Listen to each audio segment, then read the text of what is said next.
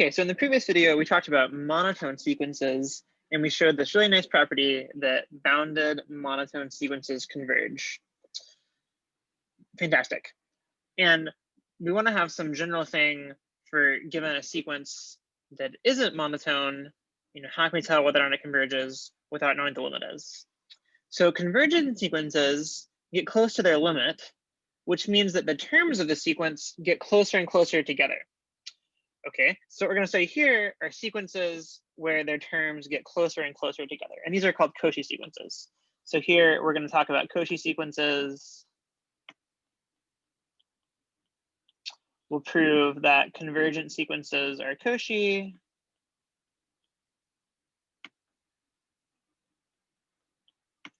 And we'll prove that Cauchy sequences are bounded.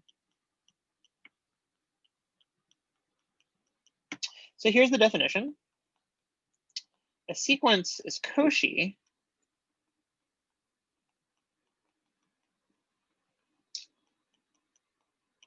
if for any epsilon bigger than 0, there exists some capital N and the naturals, so that if N and M are bigger than or equal to N, we have that the difference between the nth term and the mth term is less than epsilon.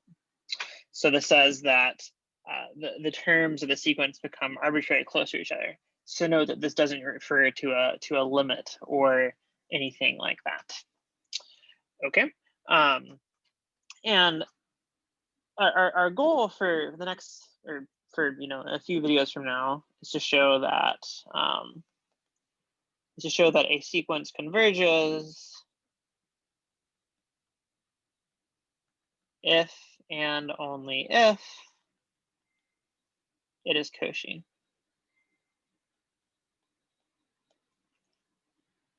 Okay, so here we'll do one direction. So here's the first theorem we'll prove, is that if a sequence converges,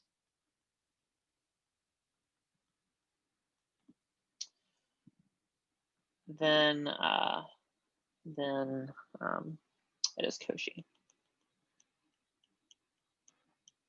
So convergent sequences are Cauchy.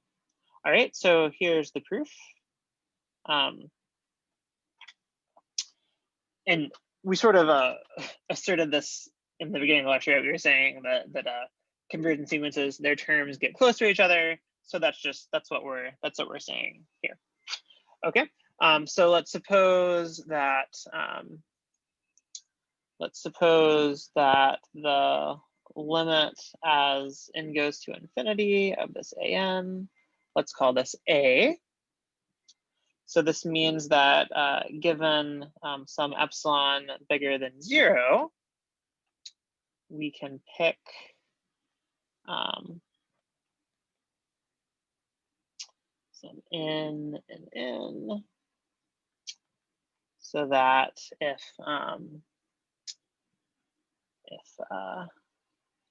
in lowercase n is bigger than or equal to capital N, we have that an minus a is less than epsilon over 2. Okay. Similarly, if m is also bigger than or equal to n, we have that a minus am. The absolute value of that, which is the same thing as absolute value as a minus a, that's less than epsilon over 2. So then the triangle inequality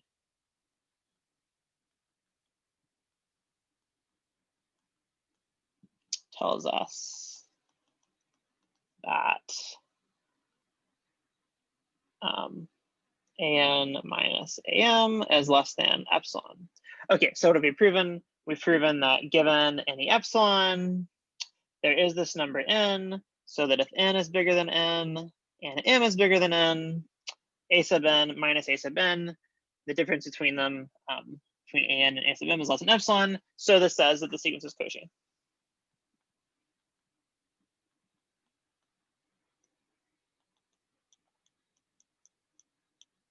Okay, so this tells you automatically, you know, lots of examples of Cauchy sequences because everything that converges is Cauchy.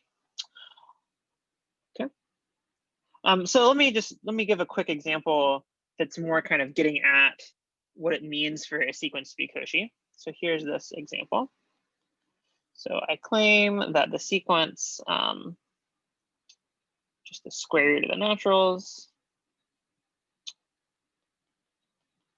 is not Cauchy. Okay, but I know that the absolute value, the square root of n plus 1 minus the square root of n, well, that's equal to, by this multiplying by the conjugate trick, that's equal to n plus 1 minus n over the square root of n plus 1 minus the square root of n, plus the square root of n there. So I have 1, well, let's just not do this. So that's less than or equal to 1 over the square root of n. And I can make this arbitrarily small. So that says that I can make this, I can make the difference between two subsequent terms as small as I like. But Cauchy sequences say that all the terms, you know, even if they're far apart from each other, have to be close together. But so this doesn't completely work, right? Since but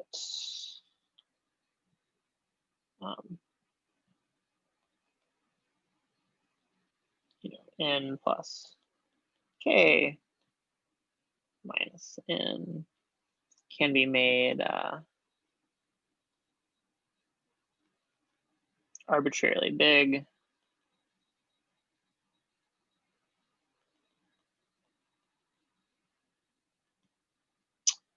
for by picking k large enough.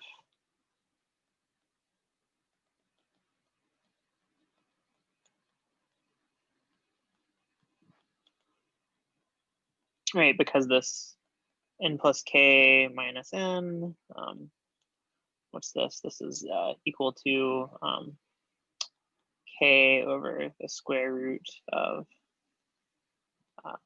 n plus k plus n. And it's not very hard to show that if you treat n as being fixed and then think of this as a sequence where k is varying, that as k gets big, the limit of this goes to infinity because I have, you know, like a k to the 1 on the top and a k to the 1/2 on the bottom. Okay, so that says that this sequence is not Cauchy. So being Cauchy is more than just saying that subsequent terms of the sequence get close together. It's saying that you know, I can go out far enough so that after that point, any two terms of the sequence, even if they're a million terms apart, are still very close together. Okay, so let's prove one more theorem about Cauchy sequences and why they're nice. And we'll prove that Cauchy sequences are bounded.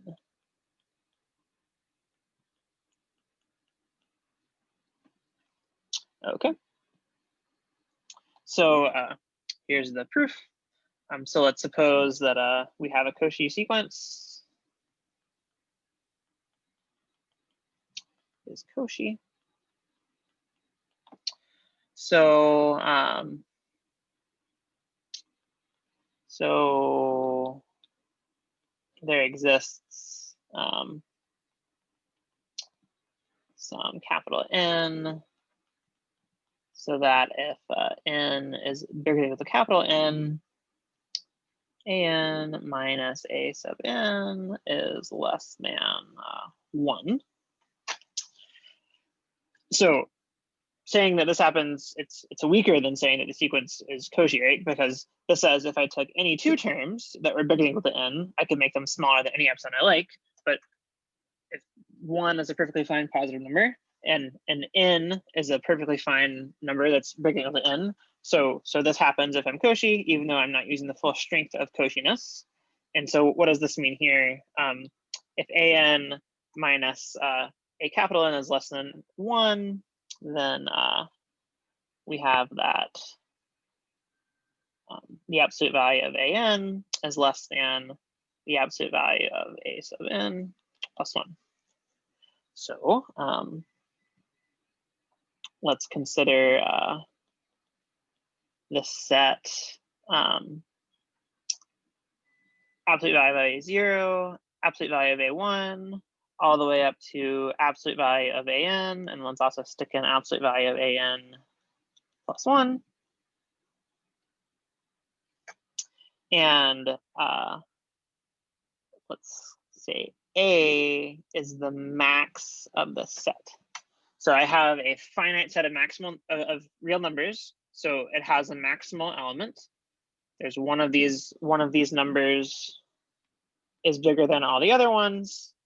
And we see that A is an upper bound for the set absolute value of an such that n is an n. So this tells us that this sequence is bounded. A set of real numbers is bounded if and only if the set of absolute values of that set is bounded above. So having this upper bound for this set says that we're bounded. Okay, so Cauchy sequences are bounded, and this is nice because I know that convergent sequences are bounded. So if I want to prove that Cauchy sequences are convergent, I had better be able to prove that they are bounded. All right, so in the next few videos, we'll try to prove the converse of the theorem I proved before this one, this theorem saying that convergent sequences are Cauchy. So we'll prove that Cauchy sequences are convergent. But to do this, we need to talk about subsequences and the Bolzano-Weierstrass theorem.